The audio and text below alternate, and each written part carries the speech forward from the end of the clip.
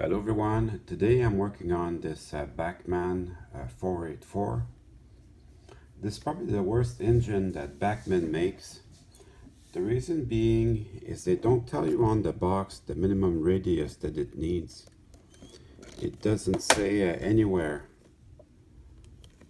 So you might be buying this and thinking I'm going to run this on my 9-inch curves because I have that on the layout.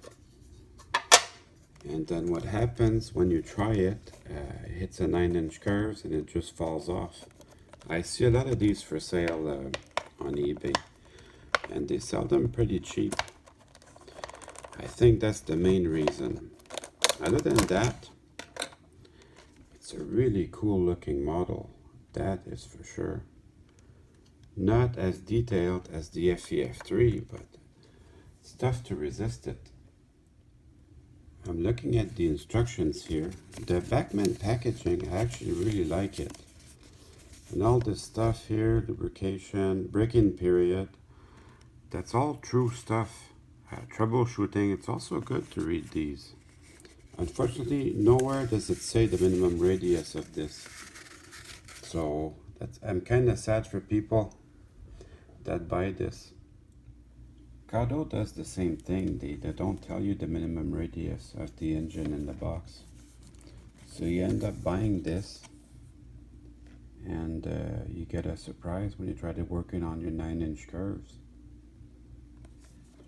Although there's a lot of instructions in there. They tell you the maximum voltage, but not the minimum radius.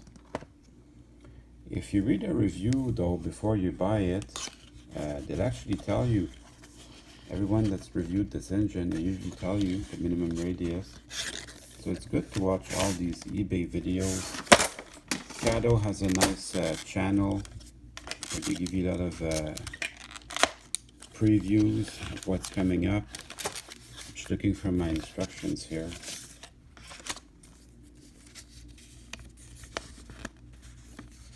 So that's good. That's kind of nice. Here they tell you in the instruction, minimum operating radius is 11. So I wish they would put that on the box, especially for the Bachmann. My layout is set up for, I built my layout after I bought my GS4. So I knew from experience that I needed the wide radius curves. So I built the layout on purpose for this. So I can run 484s. I have a bunch of them. I have the Bachmann, I have the Class J, the S2, the FEF3, and the GS4. So I kind of like this wheel arrangement. So the plus side is it looks great and the packaging's decent. But the downside is it won't run on your layout.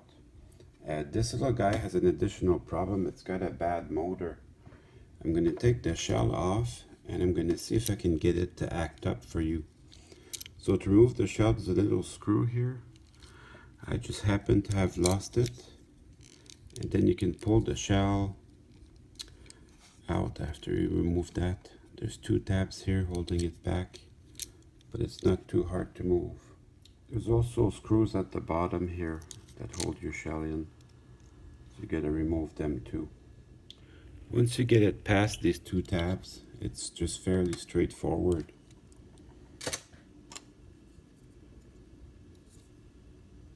So let's go on the track and let's see if I can make it act up for you.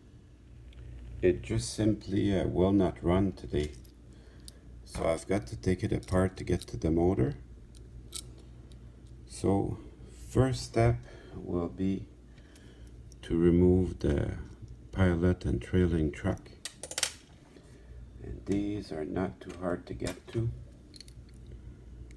Just 2 screws. And I'm going to use my box actually to hold all my parts in.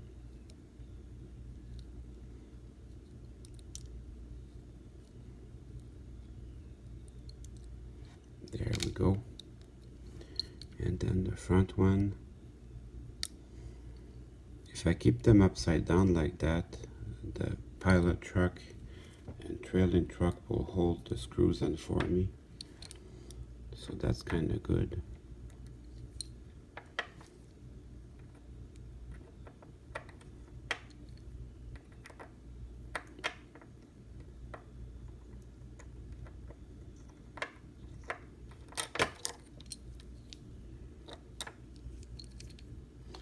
I'm just like you guys. I have good days and bad days. And scale is small parts, so it's not always easy.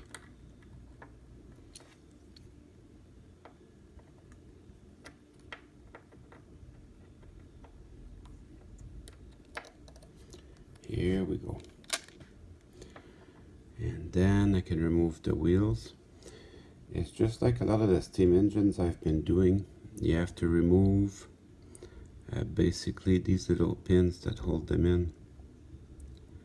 And over time, I've gotten used to them more and more. I've seen these, some of the older ones, the little side rods, they get piled up together. Yeah, perfect. I lost a pin. I lost the pin inside the motor, so that's kind of bad. So I'll do the same thing with this side. Good example of having good days and bad days. And then this other pin goes flying off. Excellent. Then I can loosen up the excenter crank. Oftentimes also I see them being sold because that excenter crank fell off and then nothing works. So this is coming together nicely. I'm going to leave the crank in the front. I'm not going to touch that. There's another screw in the middle here. That's going to release all the wheels. So it should be free now.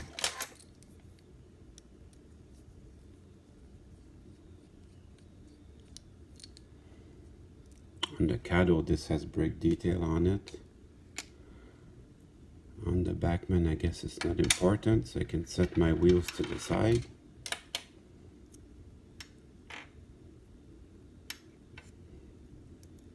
The two side rods can come with the number 1 driver. That's okay. We're going to leave it like that. And then this screw holds all the side rods. It's not necessary to be extra polite with that. It's a pretty sturdy part, actually. I'll give him that. A lot of the components are good. I'm going to work on this off camera a bit. This screw, it just wasn't going to cooperate. And it also holds the light. So now my light should come down. It should be loose.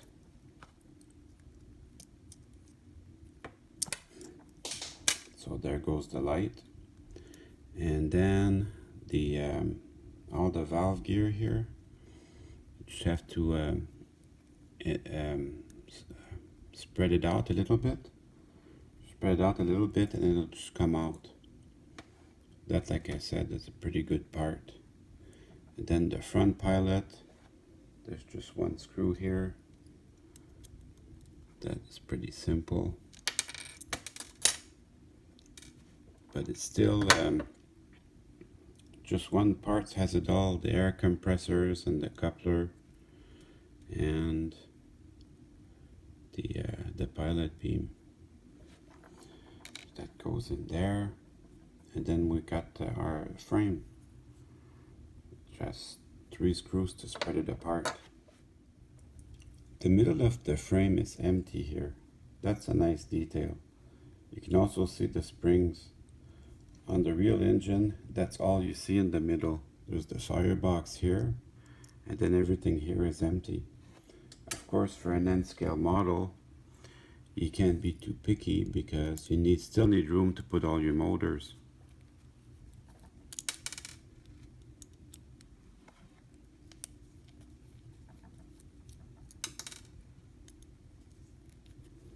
Once you have these 3 screws out, you should be able to spread apart the frame.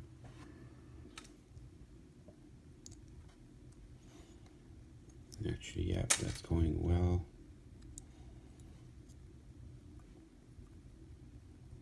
And here we go. Now we're inside. There's more than 3 insulators. There's one here, there's one here, insulating part, one here. Actually, no, that's just a block to hold the trailing truck, but there you go. You have 1, 2, 3, 4, and you need these back. There's an idler gear here and here. So I'm going to remove my idler gears.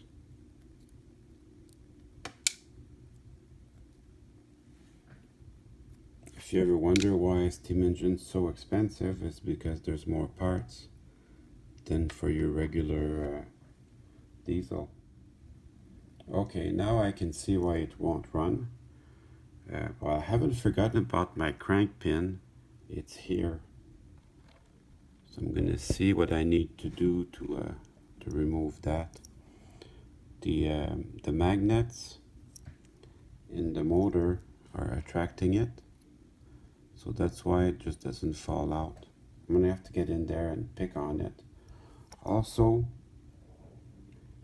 it's hard to see because everything's black, but the wire, the brush for the motor fell out of its place. I had this engine apart quite a few times trying to get it to run. There you can almost see it. The brush fell out of its place, so that's why it won't run. I had this apart quite a few times because the commutator has one of the phases isn't perfectly in its place, so it keeps rubbing the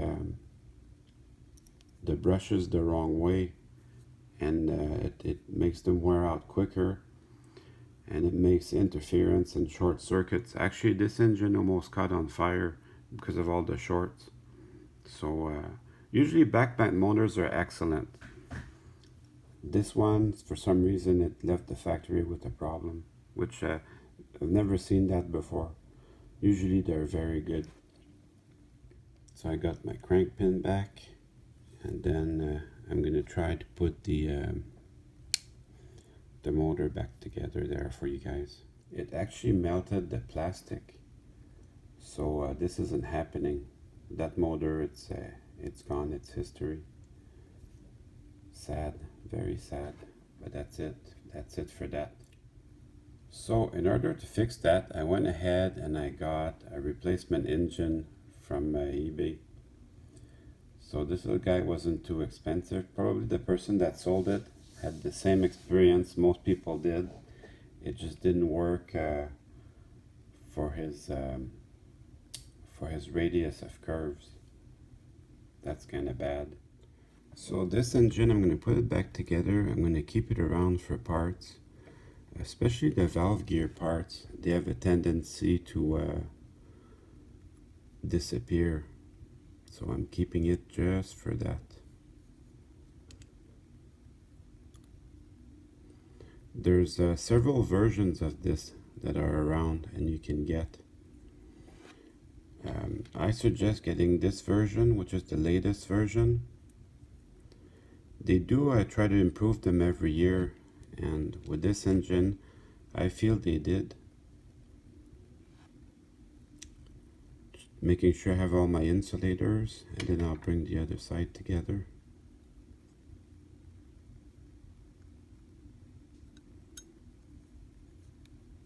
And my little screws.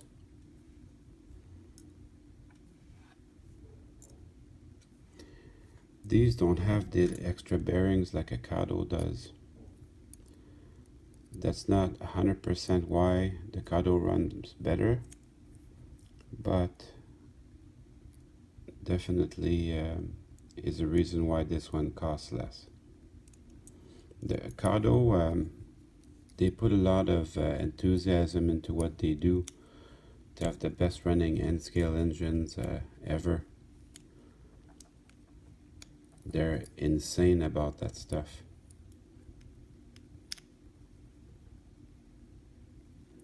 And I think a lot of manufacturers, they envy them. Anyways, I'm a big fan. So as you put your wheels together, make sure that everything is squared off. It's not 180 degrees. It's supposed to be 90 degrees. So make sure that you respect that as you put it back together. Just inspect every wheel for that. Make sure that they're 90 degrees apart. So then when you put them in, they will fit perfectly. So this one doesn't have a gear, so there's no need to time it. But for the rest of them, you have to be sure that they're timed together 100%. And there is a main driver here. And that's the number 2 driver. The weight's a little bit bigger. And it's the one that gets the eccentric crank. That's why it's the main driver. You see, this number 3 driver doesn't really have a hole for the pin. It doesn't need it. In real life it would, but for the model it doesn't need it. And then the last one has a little bit bigger hole for the pin. So I'm just lining them up perfectly.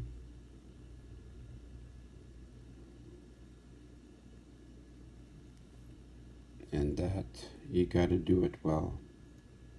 Even though I'm not running this engine, I still want to have it perfect because I don't know, OCD, I guess. But mainly it just doesn't look right without the proper alignment. So this goes over here with its little screw, which I don't have to tighten it all the way. Not necessary for that.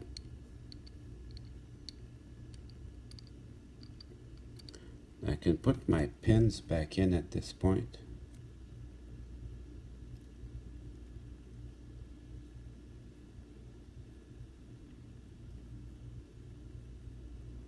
Let me go get my pin. So I will use the connecting rod as a tool to hold the pin for me.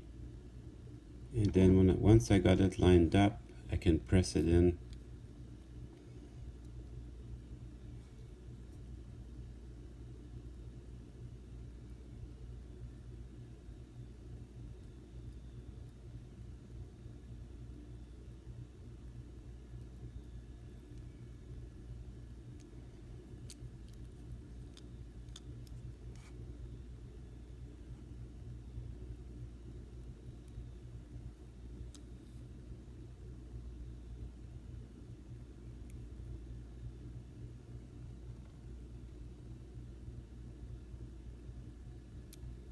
Here we go.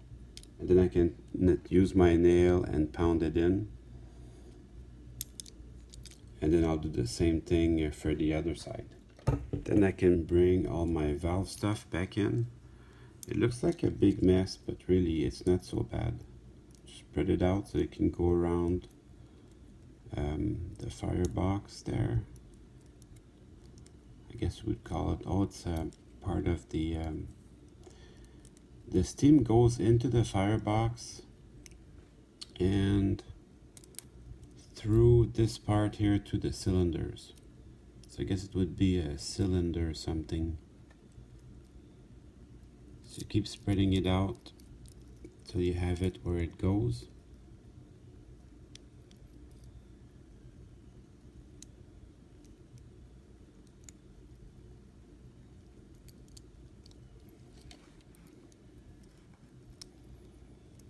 So just shimmy it around till it gets to its place.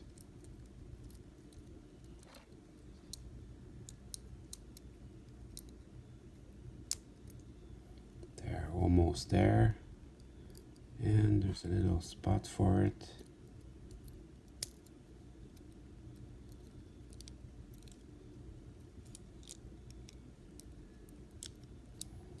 It's hard to see because everything's black, but there's a little spot for it.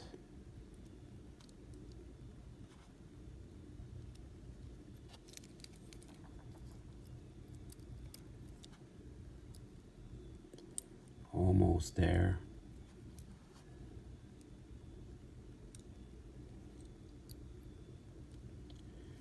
And then once you have it right, it'll just sit in there perfectly. The eccentric crank pin, it's a little bit bigger. So you put your cylinder collecting rod, and then the eccentric crank pin, and then there's a timing to them. I line them up perpendicular, and then think back just a little bit. Doesn't have to be a lot, the movement has to be smaller. There's not that much stroke in there.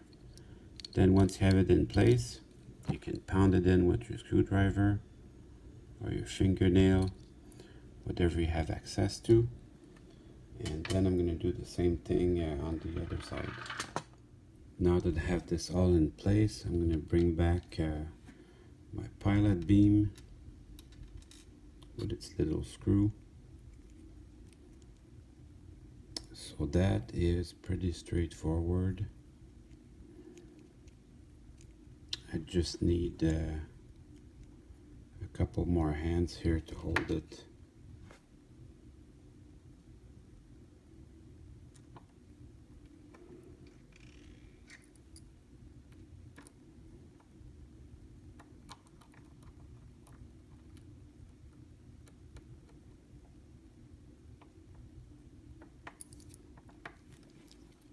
And then these have quite a bit of adjustment.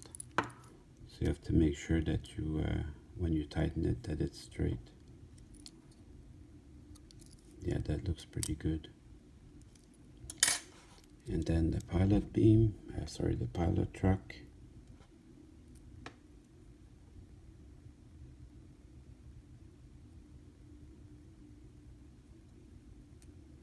Well, before I do that, I have to put my light back. The light just goes up here, and I have that big screw that just wouldn't cooperate. I guess it's easier to put it back in than to take it out. It's still pretty tough. So now just put my pilot truck back in.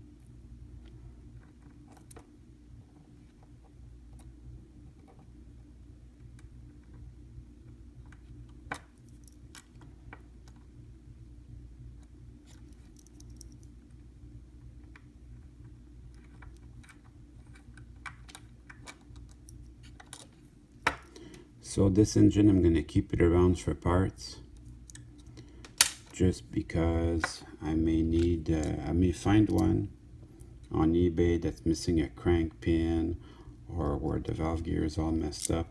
This little guy, all the wheels, all the valve gear, everything is perfect. Even the shell is perfect. So I definitely want to keep it around. Okay, so here's my replacement engine. The shell is perfect, except that it's missing the bell. So obviously somebody's been in there. The chassis moved back a little bit. Somebody's been not too happy about this engine. I'm going to use the shell from my older one to come in and use this drive. Everything looks perfect on this drive. I'm going to just try it on the bench just to make sure everything is good. Just going to put a little bit of power to it.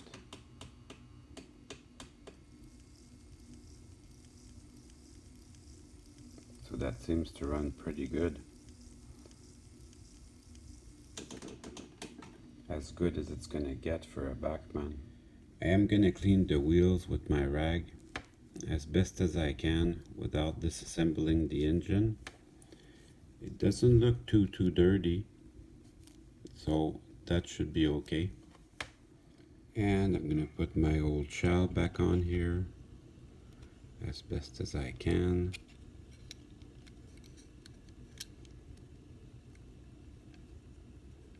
Oh, it's a different design. Look at that. Like I said, they tried to improve them a little bit. So this one has 2 screws here for this shell, and then this one doesn't have the screws, so the shell won't interchange. That's kind of a shame, but what do you do? So I'm just gonna put its shell back on.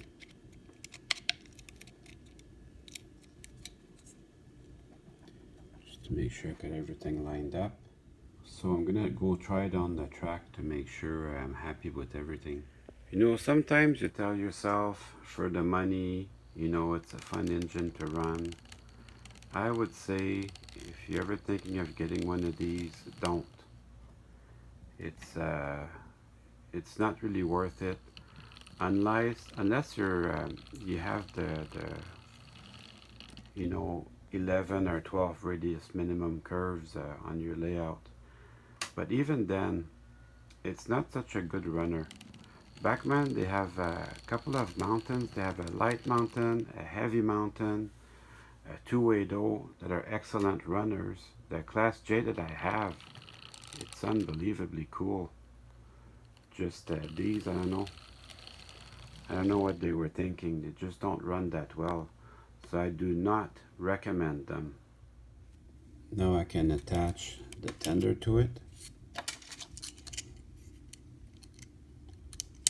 And then we'll be ready.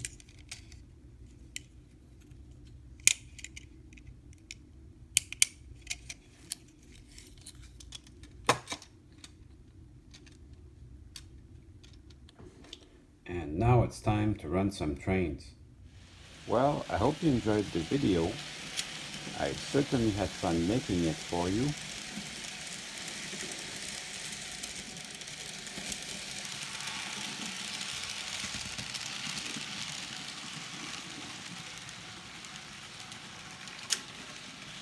See you soon.